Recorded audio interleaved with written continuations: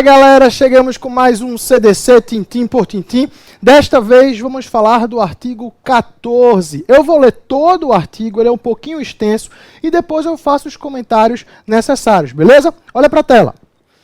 O fornecedor de serviços responde, independentemente da existência de culpa, pela reparação dos danos causados aos consumidores por defeitos relativos à prestação dos serviços, bem como por informações insuficientes ou inadequadas sobre sua fruição e riscos. Parágrafo 1º. O serviço é defeituoso quando não fornece a segurança que o consumidor dele pode esperar, levando-se em consideração as circunstâncias relevantes, entre as quais o modo de seu fornecimento, o resultado e os riscos que razoavelmente dele se esperam, a época em que foi fornecido. Parágrafo 2º. O serviço não é considerado defeituoso pela adoção de novas técnicas. Parágrafo 3º. O fornecedor de serviços só não será responsabilizado quando provar que, tendo prestado o serviço, o defeito inexiste, a culpa é exclusiva do consumidor ou de terceiro. Por fim, o parágrafo 4º.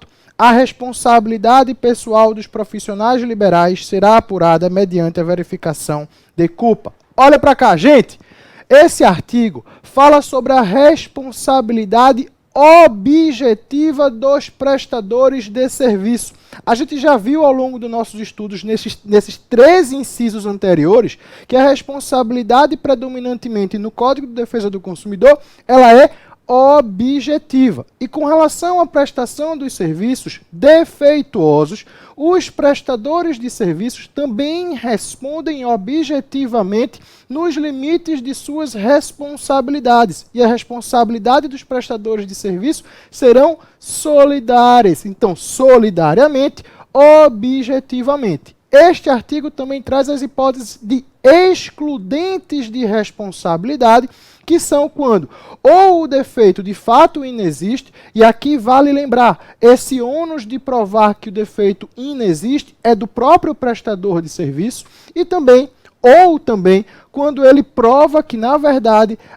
esse defeito existente é culpa da vítima, ou melhor, é culpa do consumidor ou de um terceiro. Por fim, no parágrafo 4º, a gente tem uma exceção à regra no Código de Defesa do Consumidor. Por que isso? Porque em todos os estudos que a gente fez até agora do CDC, sempre falamos da responsabilidade objetiva, não é mesmo?